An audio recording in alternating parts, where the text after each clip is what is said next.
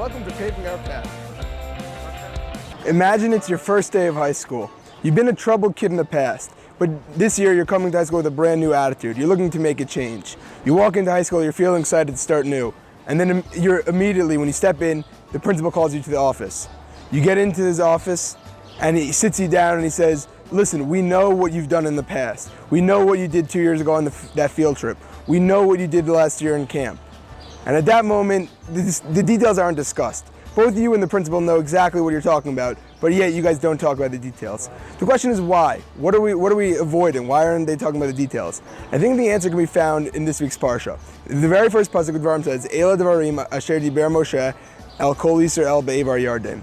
The verse then states 6 places that Bnei Israel camped along their journey from Yitzim Mitzrayim. Rashi explains, so what's the purpose of these places? Why are we mentioning them? And he explains that these 6 places represent places where Bnei Israel angered Hashem. But specifically, we didn't mention the sins of Bnei Israel there at the time. Rashi explains that it's because of Kavod Yisrael, that Moshe didn't want to tell Bnei Israel the exact sins. He just referenced to them. Bnei Israel knew what he was talking about. He didn't need to go into detail about what was going on. This leaves us with another question. Okay, fine. We understand that Moshe is giving veiled rebuke. He's giving them subtle musar, but yeah, why now? What's the point? What's he coming to say now? So Rav Hirsch gives a very incredible answer. He explains that at this point, Bnei Israel is at a critical point. Moshe is on the verge of death, and Bnei Israel is about to enter Eretz Yisrael.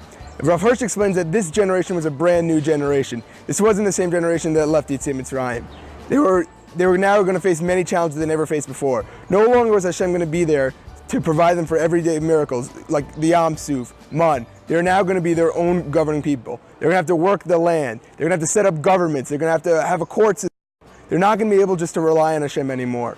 So once again, the question is, why now? So this new generation, Moshe is subtly reminding this generation, remember your past generation, your fathers, remember what they did. And he's not telling them they did this, they specifically did this. He's saying, remember these places, you know what we're talking about.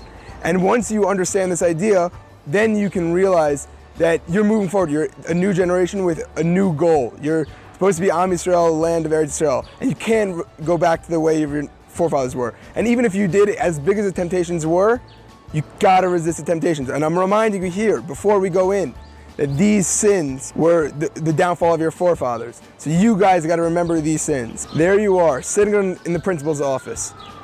You're asking yourself, what am I doing here? Is this really what I want to do? I came in with a great new attitude. I'm looking for a change. And you're sitting there with everlasting silence. And then the principal says, we know all the wrong that you've done in the past. We know all the challenges you faced. And you know what? We're here to guide you step by step. We're going to be the one who marches with you to find your new land, your destiny, a new chapter of your life. Step by step, we're going to take you there. So now the question for you is, will you remember all the past mistakes you've done and moved into the promised land yourself?